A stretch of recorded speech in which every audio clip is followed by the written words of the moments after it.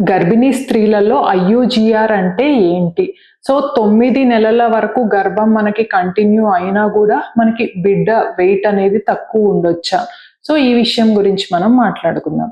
Hello! నమస్తే అండి. నేను doctor Greeshma, consultant 49 fertility centre Kukatpally. So మనకి ఐయూజీఆర్ అంటే ఏంటి అంటే మనకి ఇంట్రా యూట్రిరైన్ గ్రోత్ రెస్ట్రిక్షన్ అన్నమాట. సో మనకి ఏమవ్వచ్చు అంటే కొన్నిసార్లు అంటే మనకి ప్లసెంటల్ బ్లడ్ ఫ్లో అనేది సరిగ్గా లేకపోవడం వల్ల, అది ఎందుకు అంటే కొన్నిసార్లు క్రానిక్ మెటర్నల్ కండిషన్స్ వల్ల అన్నమాట.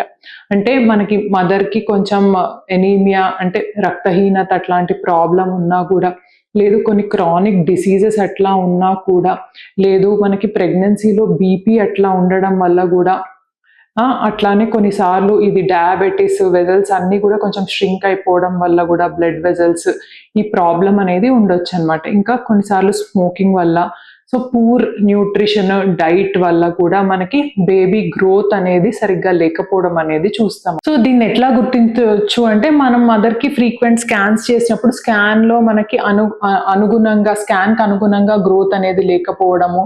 సో కొన్నిసార్లు మనకి కొంచెం వరకు గ్రోత్ అనేది తక్కువ ఉంటే అది మదర్ న్యూట్రిషన్ వల్ల గానీ, మనకి ప్రోటీన్ సప్లిమెంట్స్ వల్ల గానీ, సో అట్లా మనం ప్రోటీన్ డ్రిప్స్ వల్ల గానీ కవర్ అనేది చేసుకోవచ్చనమాట. కొన్నిసార్లు ఏంటి అంటే క్రానిక్ మెడికల్ కండిషన్స్ వల్ల వచ్చినవి.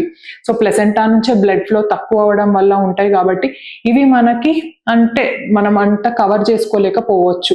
కాకపోతే ఒకటి పాజిటివ్ ఏంటి అంటే, మనం ఎంత తొందరగా గుర్తించగలిగి మనం అంటే ఇంటర్వెన్షన్ అంటే తొందరగా మనం డెలివరీ చేయగలిగితే బేబీ అంత ఎక్కువ ఎఫెక్ట్ అవ్వకుండా, సో మనకు ఐయూజీఆర్ బేబీస్ అనేది గూడా హెల్తీగా ఉంటారనమాట. ఎన్ఐసీయూ కేర్ అది మనకి తక్కువ తీసుకోవడం అనేది ఉంటుంది. Thank you.